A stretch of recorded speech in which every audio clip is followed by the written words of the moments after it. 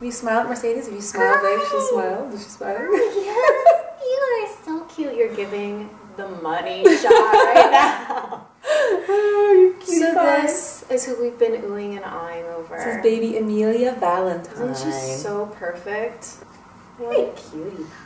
Our little munchkin. We just wanted her to make a little cameo so you guys could see. She's gonna start drooling, so we're gonna put her away. I have a really special, exciting video for you today, and something kind of different. This is my very good friend Joanne. I know Jo through her husband Chuck, who I have been DJing with, or who I met through DJing 4 years ago, 5 years ago. I think it's been that long, yeah. It's been a while. So they're very good friends of mine as a couple and individually. And today we're here to talk to you about eco-pregnancy and baby stuff. She's actually turning 3 months old and 2 days. And she's sitting right here. Yeah, so we're gonna keep looking over here. She's just being very adorable.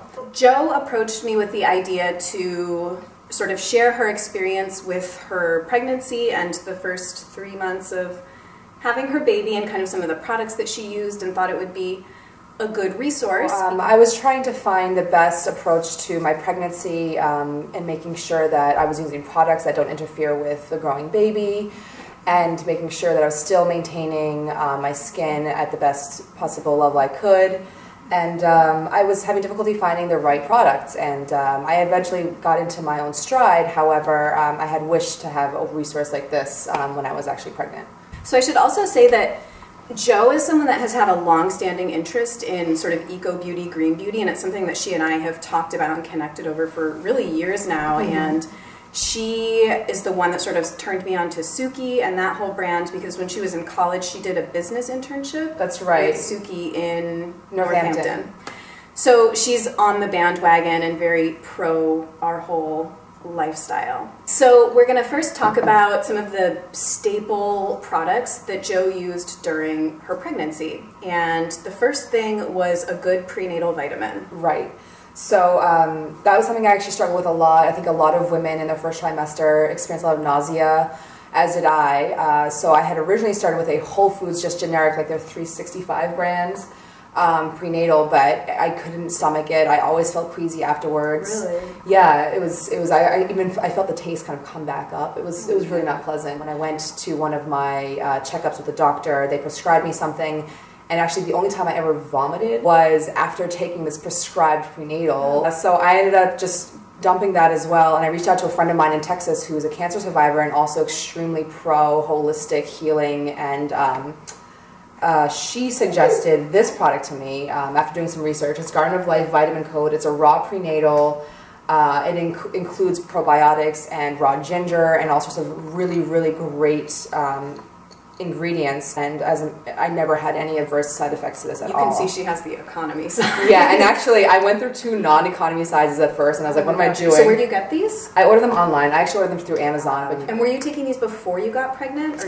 Or? No, I started taking them about like 3 weeks into my pregnancy. Okay. Yeah, and then now as I am breastfeeding, I'm still keeping up with it, and I love it. It's great, and no side effects? No side effects. If anything, I think the side effects have probably been pretty beneficial.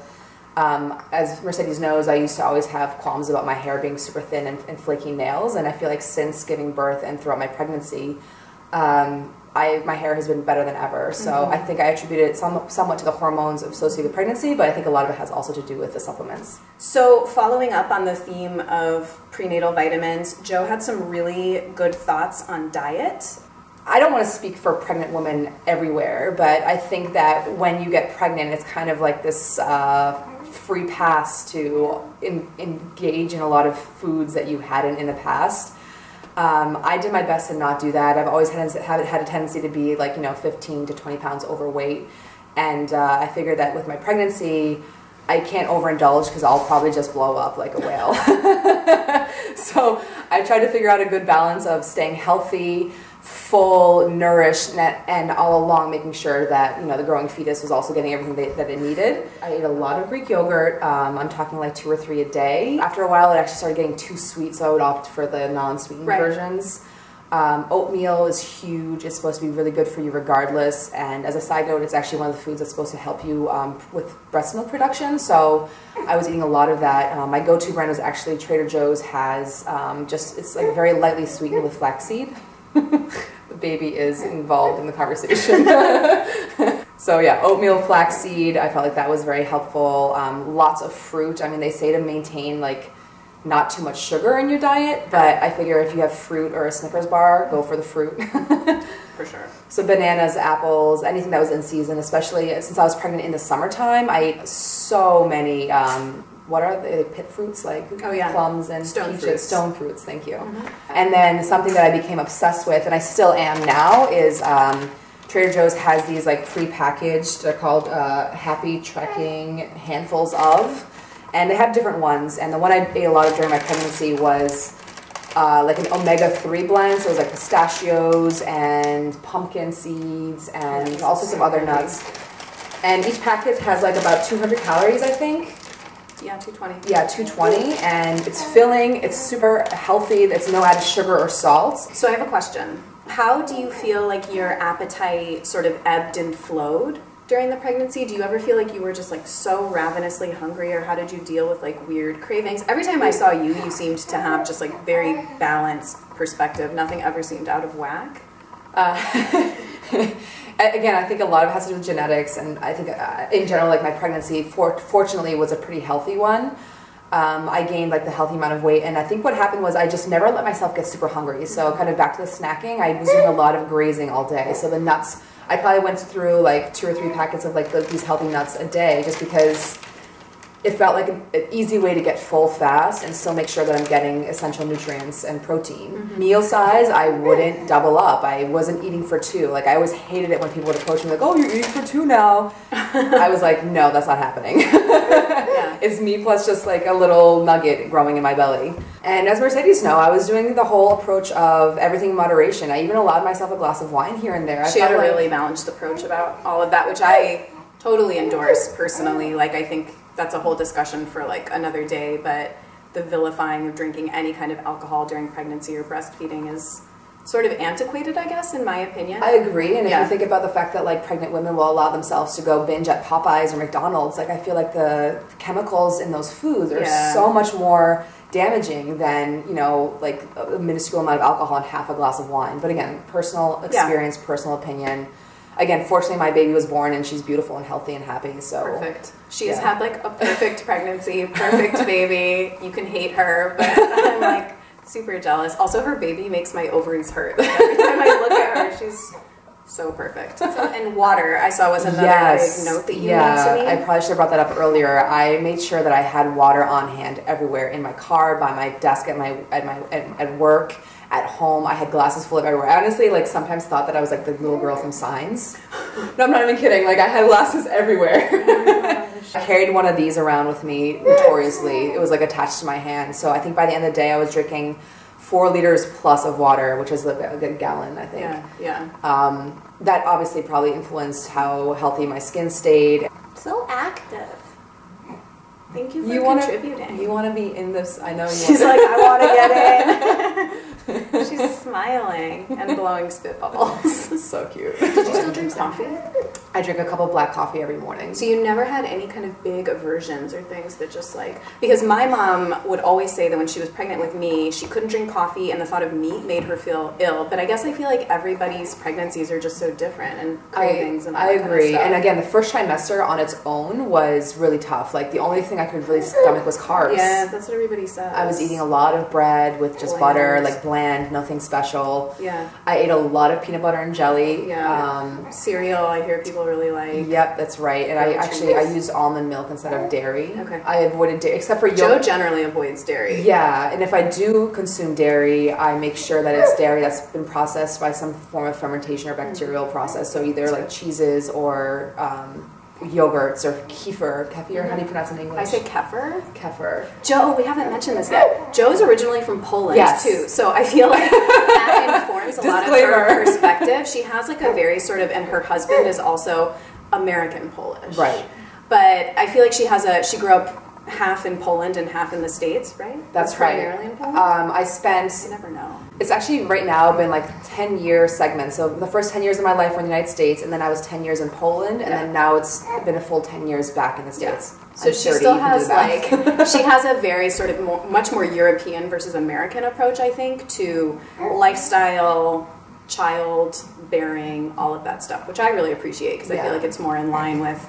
And I even think you can underline that it's Eastern European, because my mother has a big influence on like my lifestyle choices in general, and she has a very kind of Eastern European, old-fashioned approach to things. Do you want to talk about stretch marks or face products? She wants to talk about stretch marks. So basically, she has none. Yes. So I'm going to let her share her stretch mark prevention secrets with you. I was checking this morning, actually, just to be sure. Before she goes on camera, and is like, I don't have any stretch marks. Again, I think that genetics have a lot to do with it, because I did a lot of reading about it before I actually started really getting big. But I definitely did take some precautions. I think the water has a lot to do with it, because the skin elasticity has a lot to do with like internal hydration. So that's one of the reasons why I made sure to have so much water.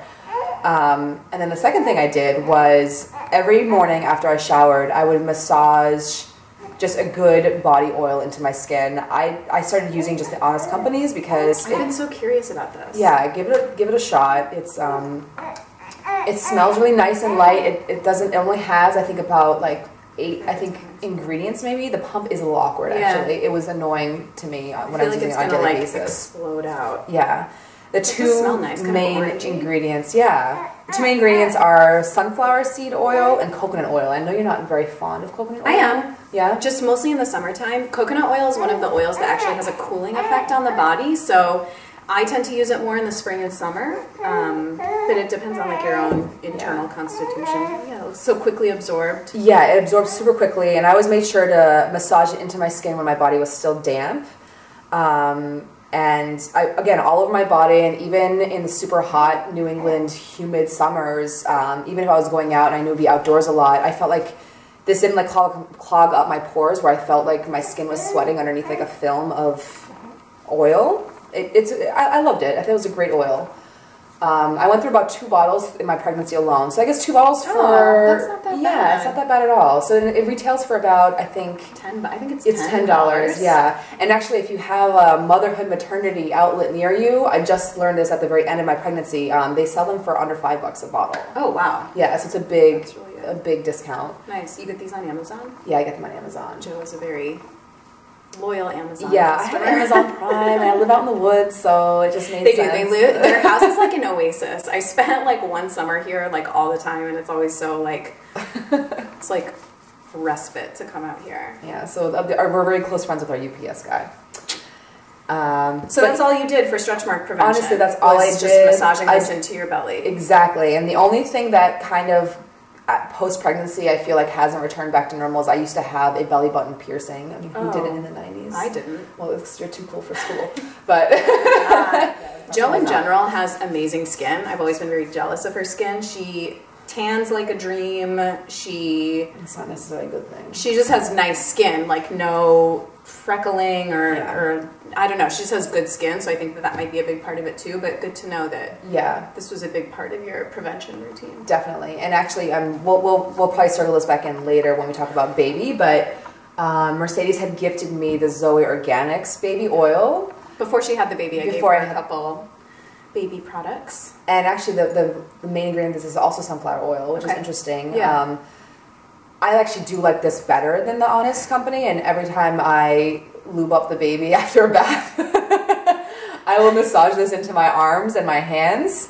It's definitely a higher price point, so I'm a little stingier with using this on my body, but if I could, I would, because it smells amazing. It's lavendery, right? Yes, but it's like lavendery, not in like kind of like a holistic apothecary. Not like hippie lavender, which I don't like. I know, me neither. Yeah.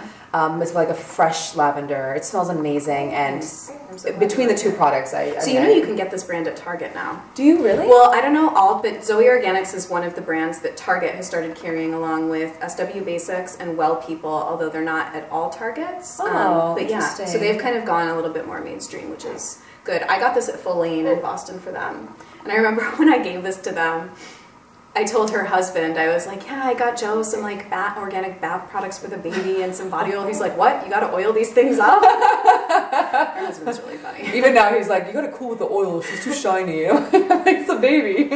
Okay, so I think the last category in the pregnancy discussion is skincare. Yes. First, will you tell everyone your skin type? Yes. Yeah, so my skin type... We have like polar opposite skin types. Yeah, my skin is definitely mixed, and actually ever since my probably mid-20s, I started suffering from cystic acne, which was really a big pain, especially since, again, back to the Eastern European roots, I try to avoid antibiotics, so I didn't feel comfortable taking any kind of antibiotics to, you know, prevent the acne.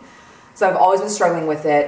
You've never done Retin-A, have you? No, yeah. I didn't do it. I've never done any of that stuff. I'm a very avid follower of Reddit's skincare. Oh yeah, yeah. They're too like mainstream. They're wicked mainstream. They're obsessed with like CeraVe, which is like terrible. Just like not good stuff. But anyway, I would watch a lot of before and after cystic acne on like chemicals, and like it's amazing, but I don't feel comfortable taking it. Yeah. One thing that we might want to add is that I went off birth control for 2 years prior to getting pregnant. Oh. So yeah, 2 years prior to getting pregnant, I just decided that I'd like to try other birth control methods and clean out my system, so to speak, of any hormonal intervention. Hormonal birth control, I feel like, has a big impact on a lot of people's skin. I agree. I think it has an impact on your skin, and in general, the thought of adding a hormone into your natural balance is a big deal. And then if you take that hormone away, as you try to get pregnant, those imbalances, in my opinion, are bound to affect you in some way. Just as an aside, because I know I get a lot of requests, this is one of my early 2016 goals, is to do a video on my own, saying journey sounds so stupid, but my own issue coming off of hormonal birth control, which ties into acupuncture and kind of my like personal journey to health and eco stuff. So. Oh, baby. Hi.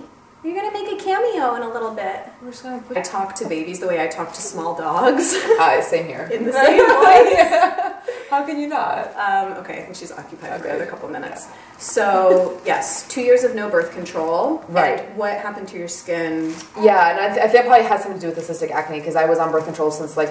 So it was keeping your skin Yeah, I think it was kind of keeping it in check roughly. That's why they're so... I know. It's such a draw. And it's such a scary thought, though, to think that what if I had never started taking birth control? Would my skin have ever found that imbalance? I don't know. Yeah. There's a post saying, if grandma had a mustache, she would be grandpa. Does that make sense? Like, you can't say what if. Like, you know what I mean? Like, you can't, like... Sorry. Sometimes these things don't translate super well, but I get the gist. No, okay, we're putting you in your crib. So anyway, when I got pregnant, I was learning about the chemicals in most of the products I was using, and some of them are very toxic for fetuses, namely salicylic acid. She was like, silicic acid. I have no idea how to pronounce it. Salicylic acid, I didn't know that. I don't have any kids yet, so I don't know about any of this. And benzoyl peroxide is supposed to not be that great either. Okay. So the common acne treatments are not great when you're pregnant. Not at all. So I kind of had to resort back to just witch hazel as a toner, and the apple cider vinegar, you know, if you don't mind the smell. Yeah. And then I read a lot about this product, and it did an okay job. It's called Belly. It's an acne control spot treatment formulated for women that are pregnant. And I mean, it definitely wasn't as potent as a lot of products that you would normally use, but it did the trick enough that, you know, to alleviate the majority of like the swelling and the grossness. So this has colloidal sulfur in it, I guess? Yeah. I mean, the consistency. So this is like a serum. Yeah. It smells. Doesn't smell toxic, right? No, not at all. But it did the trick, and you get this on Amazon? Yeah, it did. Because I want people to know where to get this stuff if they want to try it. As far as like my standard day-to-day regimen, I guess, since I already kind of am practicing safe products, I didn't have to do much difference. I didn't have to change much. I want this in my life, this product. Do you really? Well, yeah. Is it too dark for you? Is this too dark for you? I want to get one for myself. I don't know. Does she only come in one shade? Sorry, we're talking about a product we haven't told you. This is the Sookie Tinted Active Moisturizer. So Joe is, like, as I said, a huge fan of this brand. Very fond of it. And so this is SPF free. It's SPF free. Just in general, Sookie believes that her products are actually 100% natural, and I don't know if you know this, but the chemicals involved in SPF are actually toxic. Yeah. But they provide a necessary screen. So when I worked with Sookie, and this was a number of years ago, about 10 years ago, what she communicated to me was your best bet is to just either avoid the sun in heavy doses, and if you are really concerned, just wear a hat or, you know, keep your face covered. But she actually believed back then that 15 minutes of direct sunlight is actually very beneficial for you. For vitamin D levels. For vitamin D levels, and just... Which I agree. I always wear facial sunscreen. I think that there's like different camps, and I also think that there's a difference between chemical sunscreens and physical sunscreens. For example, if you know the brand True Nature Botanicals, they use a physical sunscreen, which means that it basically sits on top of your skin and does not penetrate in. But, I mean, this is like getting really, really off topic. I have issues using physical sunscreens on my face because they don't tend to sit very well under makeup is the issue. They'll ball up if you put other products on top of them.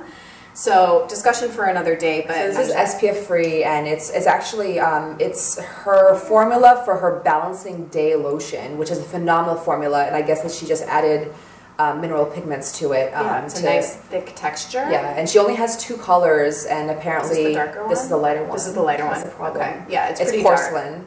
And I think the other color might be called Natural. Yeah, so that's pretty dark for a porcelain product. It's true, and fortunately, again, I was pregnant in the summer, so I already had like a bit of a tan.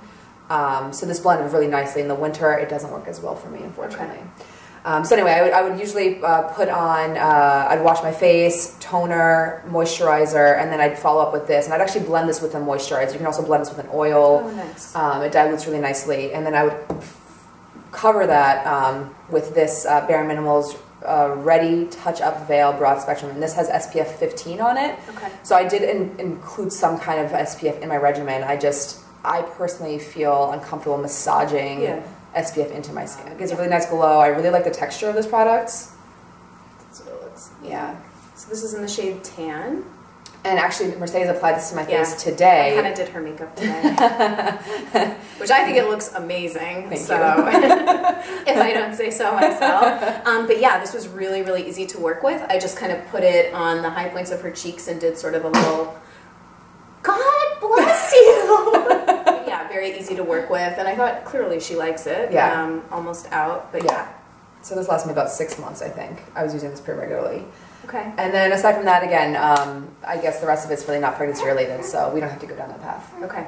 Everything else is about the baby. I think so.